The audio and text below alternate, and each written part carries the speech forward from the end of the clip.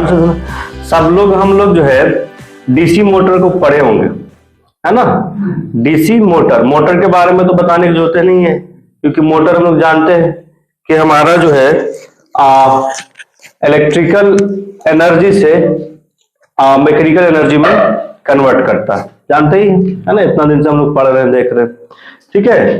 तो उसी तरीके से 3 फेज इंडक्शन मोटर है। पहले इसका पूरा मतलब समझिए। 3 फेज का मतलब 3 सप्लाई जाएगा, जैसे हम लोग एसी करंट एसी थ्योरी में पढ़े थे, है ना, या फेज भी पढ़े हैं। 3 फेज और एक न्यूट्रल, है ना। 3 फेज के लिए 3 तार जाएगा मोटर के अंदर में, और एक न्यूट्रल भी जाएगा। न्यूट्रल का कंडीशन बताएंगे कहां तक जाएगा।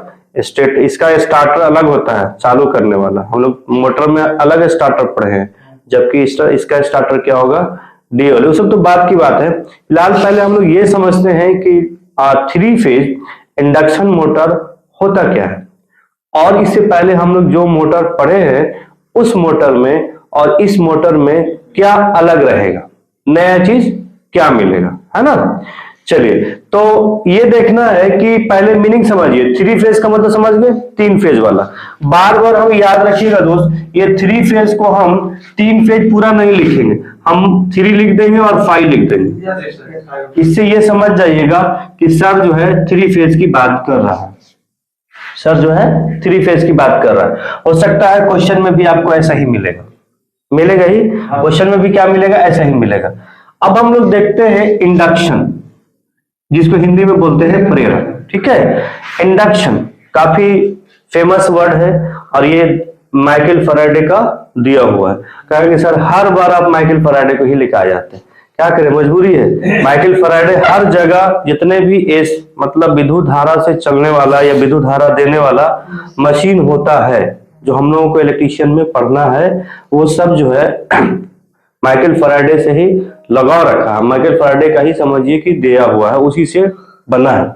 इसमें भी हमारा जो है माइकल फैराडे, हम उससे एक शुरू में आपको बताया था कि हमारा एक माइकल फैराडे का सिद्धांत है, क्या, ध्यान से देखिएगा, विद्युत, है ना, चुंबकीय प्रेरण, है ना, जिसको अंग्रेजी में बोलते हैं इलेक्ट्रो मैग्नेटिक इंडक्शन, ठीक है दोस्त। ये चीज को समझना है पहले।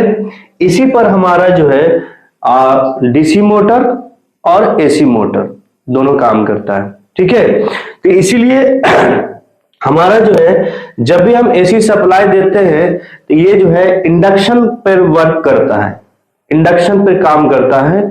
इसलिए इस वाले मोटर को 3 के साथ जोड़ने के साथ हम लोग क्या कर देते हैं, 3 फेज इंडक्शन मोटर तो जान रहे हैं क्या, यांत्रिक ऊर्जा विद्युत ऊर्जा से यांत्रिक ऊर्जा में बदलेगा, मोटर कहलाएगा, है ना। अगर इसको हम 3 सप्लाई दे रहे हैं तो 3 फेज, ये कैसे काम करता है, तो इंडक्शन पे काम करता है, तो इसलिए 3 फेज इंडक्शन मोटर कहलाता है। बात समझ आ गया। कई बार जो है आपका एसी मोटर कहेगा, एसी मतलब 3 फेज एसी मोटर, ये भी हो सकता है, कभी कभी बोलेगा 3 फेज एसी मोटर या 3 फेज डीसी मोटर। तो मतलब कि जितने भी एसी मोटर है, सारा एसी मोटर इंडक्शन पे काम करता है, इसलिए 3 फेज एसी मोटर ना बोल करके 3 फेज इंडक्शन मोटर बोलते हैं। क्लियर हो गया। इंडक्शन मोटर बोलेंगे क्यों, क्योंकि ये विद्युत चुंबकीय प्रेरण इलेक्ट्रोमैग्नेटिक इंडक्शन के सिद्धांत पर काम करता है, इसलिए इस मोटर को एसी के बजाय इंडक्शन मोटर कहते हैं या कहा जाता है। जब हम लोग सिंगल फेज पढ़ेंगे तो वहां पे 3 के जगह पे सिंगल फेज लगा देंगे, और वहां पे भी हम इंडक्शन मोटर ही कहेंगे। याद रखना है, ये एसी से चलने वाला मोटर को इंडक्शन कहा जाता है। कहेंगे सर एक और मोटर हम लोग पढ़ते हैं, सिंक्रोनस मोटर, पढ़ेंगे आगे, तो उसमें क्या, उसको इंडक्शन नहीं बोलते, वो भी तो हमारा एसी से चलेगा, उसका नाम भले इंडक्शन नहीं है लेकिन चलता है एसी से, उसमें थोड़ा सा कंडीशन चेंज हो जाता है, इसलिए उसको इंडक्शन ना बोल करके सिंक्रोनस बोलते हैं। ठीक है, तो 3 फेज एसी से चलने वाला मोटर को इंडक्शन मोटर कहते हैं। इंडक्शन क्यों कहते हैं? क्योंकि ये एक मतलब माइकल फैराडे के विद्युत चुंबकीय प्रेरण के सिद्धांत पर वर्क करता है, काम करता है, इसलिए इसको इंडक्शन मोटर कहते हैं। क्लियर हो गया दोस्त? अब हम कहेंगे, है ना, ये आपका जो है देखा जाए तो डीसी मोटर और एसी मोटर, थोड़ा सा ध्यान देना है क्योंकि अगर आपने डीसी मोटर पढ़े हुए हैं, थोड़ा सा रिमाइंड करोगे ना तो एसी मोटर भी जल्दी से समझ आ जाएगा। ठीक है, डीसी मोटर में आप क्या किए कि देखिए यहां पे ये वाला क्या होता है, फील्ड पोल, है ना, फील्ड पोल होता था, और ये बीच में घूमने वाला भाग को हम लोग क्या बोलते थे? आर्मेचर, है ना, आर्मेचर बोलते थे। तो डीसी मोटर में ये फील्ड पोल, जिसको स्टार्टर बोलते हैं, और इसको हम आर्मेचर बोलते हैं, मतलब इसको हम लोग रोटर भी बोलते हैं। ठीक है, हम जो है दोनों को सप्लाई देते हैं, इसमें दोनों को सप्लाई देते हैं, इसको भी सप्लाई देते हैं, इसको भी सप्लाई देते हैं। कैसे काम करता है? तो ये ऊपर से अपना चुंबकीय क्षेत्र बनाता है, ये वाला फील्ड पोल, और ये भी अपना एक चुंबकीय क्षेत्र बनाता है। हम डीसी मोटर की बात कर रहे हैं दोस्त, जो पहले पढ़ा चुके हैं, है ना। ये हमारा फील्ड पोल अपना चुंबकीय क्षेत्र बनाता है, और जो है ये भी अपना चुंबकीय क्षेत्र बनाता है। दोनों का चुंबकीय बल रेखाएं पारस्परिक प्रतिक्रिया के फलस्वरूप, है ना, पारस्परिक प्रतिक्रिया के फलस्वरूप दोनों जो है एक दूसरे को 90 डिग्री टकराने के बाद एक नया टॉर्क या हम नया घुमाव बल पैदा करता है। जिस तरीके से हमारे ये डीसी मोटर की बात कर रहे हैं अभी, एसी मोटर का नहीं, क्योंकि एसी मोटर में हमने यहाँ पे आर्मेचर नहीं रखेंगे।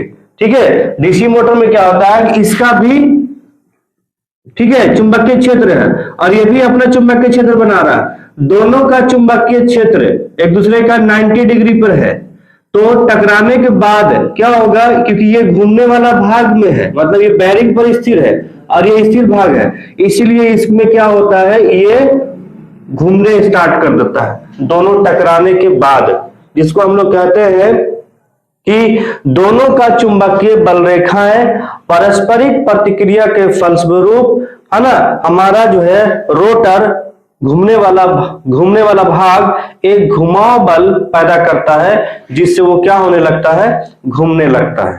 ठीक है, तो इस तरीके से हमारा डीसी मोटर काम करता है। ठीक है, तो कहेंगे कि सर ये तो मान लेते हैं कि इसमें हम चुंबक लगाए हैं इसलिए चुंबकीय क्षेत्र पैदा करता है, इसमें तो हमने चुंबक नहीं लगाया है, या दोनों में हम धारा देते हैं, आर्मेचर में भी धारा देते हैं और इसमें भी धारा देते हैं, लेकिन हमारा जो है एसी मोटर में ऐसा नहीं है ना।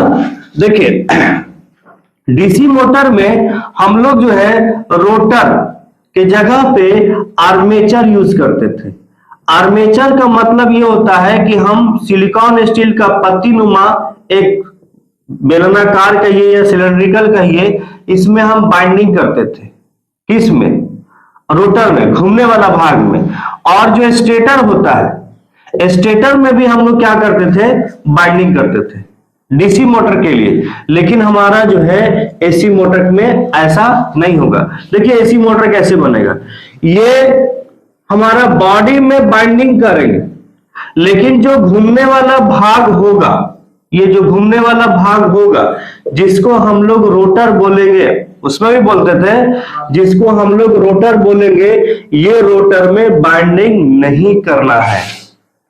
हम लोग एसी मोटर में इस बाइंडिंग को हम कनेक्ट कर देते थे, यहां पर धारा जाने के लिए कम्यूटेटर यूज करते थे एसी मोटर में, लेकिन डीसी मोटर में ऐसा नहीं करेंगे। इसका काम इससे मतलब दोनों से कोई कनेक्शन नहीं रहेगा, ये अलग रहेगा और ये अलग रहेगा, ये ध्यान रखना है। डीसी मोटर में इससे सप्लाई अगर हम देते थे तो इससे कनेक्ट कर देते थे, और कम्यूटेटर के माध्यम से धारा इसमें भी देते थे, घूमने वाला भाग में, है ना, कुछ कंडीशन में। लेकिन एसी मोटर में ऐसा नहीं है, सिर्फ आपको धारा किस में देना पड़ेगा, स्टेटर में, इसमें जो बाइंडिंग किया हुआ है पूरा बॉडी में।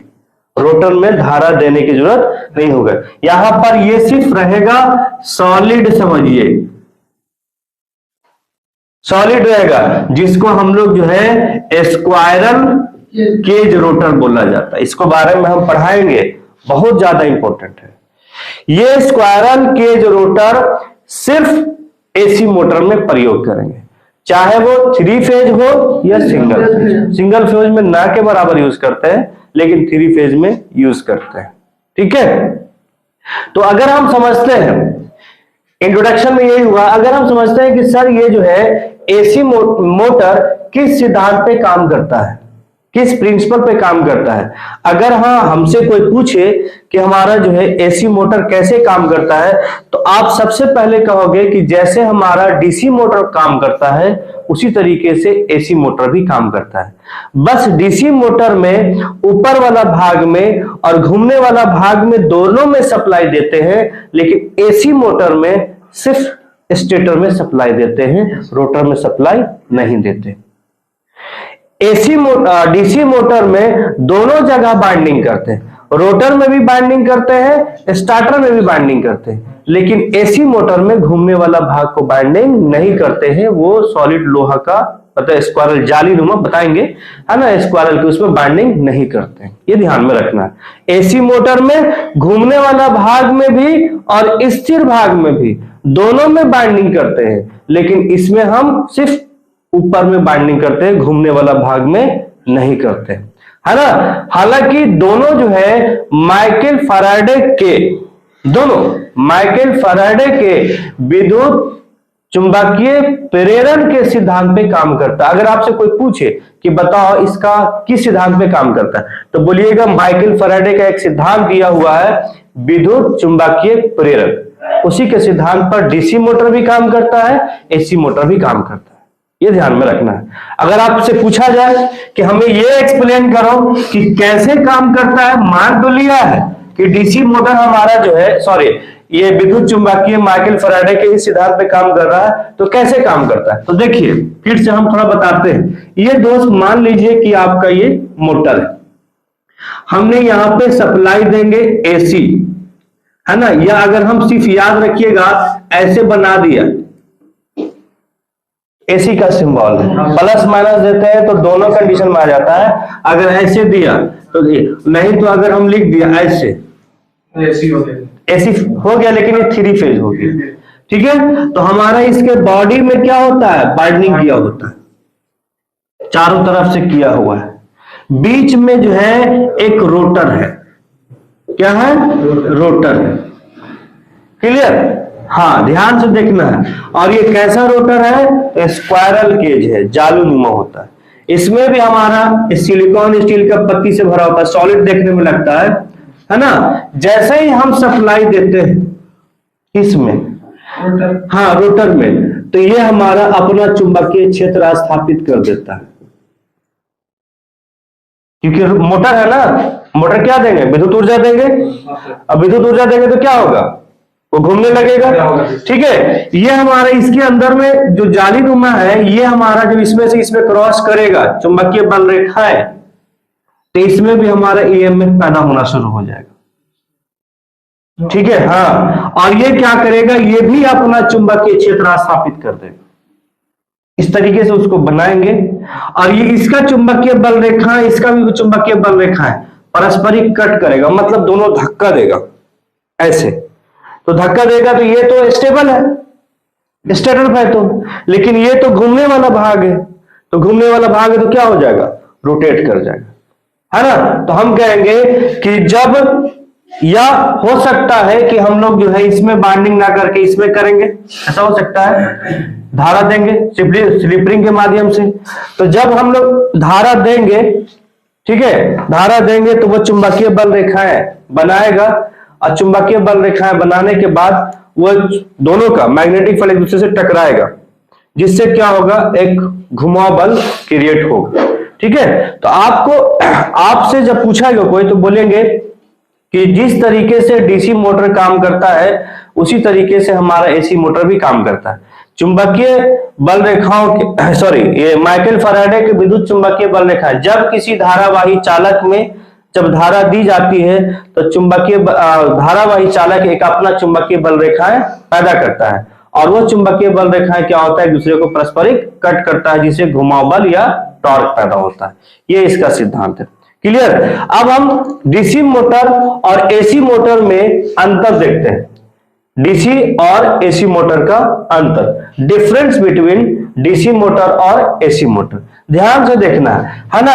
हमने बोला स्टार्टर या फील्ड पोल, दोनों को बोलते हैं स्टेटर बोलेंगे या फील्ड पोल, और आर्मेचर या रोटर। इसमें दोनों में बाइंडिंग किया होता है, या दोनों चीज होता है, या दोनों में सप्लाई भी देंगे। इसका लिखने का मतलब ये नहीं कि खाली इसमें ये दोनों, खाली इसमें केवल स्टेटर ही होता है। इसका लिखने का मतलब ये हमने बताया है कि दोनों में बाइंडिंग होता है या दोनों में सप्लाई दे सकते हैं, लेकिन इसमें सिर्फ स्टेटर में ही सप्लाई दे सकते हैं। यहां पे हमने सिर्फ स्टेटर लिखा है और यहां पे स्टेटर अथवा आर्मेचर दोनों लिखा है। इसका मतलब हम ये बताना चाह रहे हैं कि ये दोनों भाग में धारा देते हैं, इसमें सिर्फ स्टेटर में ही धारा देंगे, मतलब ये दोनों भाग में बाइंडिंग कर सकते हैं, और इसमें सिर्फ किसमें, स्टेटर में ही बाइंडिंग करेंगे। क्लियर हो गया। दूसरा चीज, इसमें कम्यूटेटर का आवश्यकता होता है, इसमें कोई कम्यूटेटर का आवश्यकता नहीं होता है। इसमें एक स्क्वायरल केज रोटर होता है। Squirrel cage rotor in the sense उसमें किसी प्रकार का बाइंडिंग नहीं होगा, याद रखना है। यहां पर लिखने का मतलब है कम्यूटेटर, ये अगर यूज कर रहे हैं बाइंडिंग वाला तो कम्यूटेटर की आवश्यकता पड़ेगी, लेकिन इसमें कोई आवश्यकता नहीं है, क्योंकि इसमें क्या यूज कर रहे हैं, स्क्वायरल केज रोटर। दूसरा चीज, इसका गति जो है ना, इसका गति किसका, डीसी मोटर का गति इसके बैक ईएमएफ पर निर्भर करता है। अब कहेंगे सर बैक ईएमएफ क्या होता है, तो अगर धारा देते हैं इसमें ईएमएफ पैदा होता है, यह ईएमएफ मेन धारा को अगर विरोध करता है उसी को बैक ईएमएफ कहते हैं। तो इसका गति, डीसी मोटर का गति बैक ईएमएफ पे डिपेंड करता है, लेकिन और साथ में चुंबकीय फ्लक्स के, है ना, उस पे ये मतलब व्युत्क्रमानुपाती होता है। अगर चुंबकीय फ्लक्स बढ़ेगा तो क्या होगा, घटेगा। लेकिन इसमें क्या है कि जितना फ्रीक्वेंसी वाला धारा दीजिएगा, जितना फ्रीक्वेंसी वाला धारा दीजिएगा उतना ही आपका घूमेगा, और अगर पोल का संख्या बढ़ा दीजिएगा किसमें, एसी में, तो आपका गति घट जाएगा। तो मतलब फ्रीक्वेंसी पर समानुपाती होता है, जबकि पोल के व्युत्क्रमानुपाती होता है। डीसी मोटर का गति में हम परिवर्तन कर सकते हैं, मतलब बढ़ा भी सकते हैं और घटा भी सकते हैं। यहां पे लिखा है घूर्णन दिशा, ये समझिए कि डीसी मोटर का घूर्णन दिशा को परिवर्तित कर सकते हैं। इसमें क्या होगा कि 3 फेज को परिवर्तित तो कर सकते हैं एसी मोटर में, लेकिन सिंगल फेज मोटर को गति का परिवर्तित नहीं कर सकते। ये ध्यान में रखना। जब एसी मोटर पढ़ेंगे सिंगल फेज में तो 3 फेज को तो हम गति को कम या बेसी कर सकते हैं, लेकिन सिंगल फेज को गति का परिवर्तन नहीं कर सकते।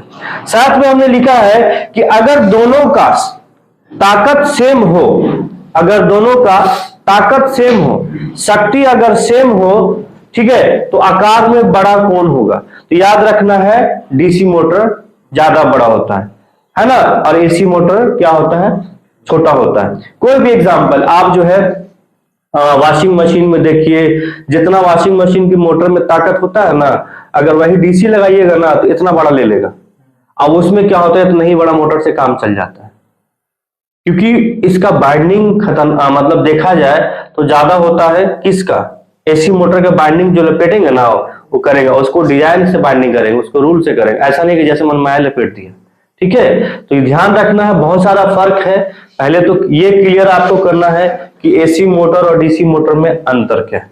मेन 2-3 चीज अंतर यही है कि डीसी मोटर में हम लोग जो है घूमने वाला भाग में भी और स्टेटर वाला भाग में भी सप्लाई देते हैं, लेकिन हमारा जो है एसी मोटर में ऐसा नहीं है। एसी मोटर में घूमने वाला भाग में बाइंडिंग ही नहीं करते। अब एसी मोटर तो हमारा 3 फेज भी हो सकता है, सिंगल फेज भी हो सकता है। हालांकि ये टॉपिक हमारा क्या चल रहा है, 3 फेज, लेकिन अभी हमारा क्या है, प्रिंसिपल पढ़ाया, किस सिद्धांत पे काम करता है, हमारा मोटर है क्या, है ना। और अगर हमने इससे पहले मोटर जो पढ़ा है ना, एसी मोटर डीसी मोटर पढ़ा है, उसमें अगर इसको पढ़े तो हमें ज्यादा आसानी से समझ आ जाएगा। इसलिए हम पढ़ा रहे हैं कि पिछला वाला रिवाइज भी हो जाएगा और साथ में इसको पढ़ोगे तो ज्यादा समझ में आएगा, है ना। यहीं तक हमने किया। चलिए नेक्स्ट बात करते हैं।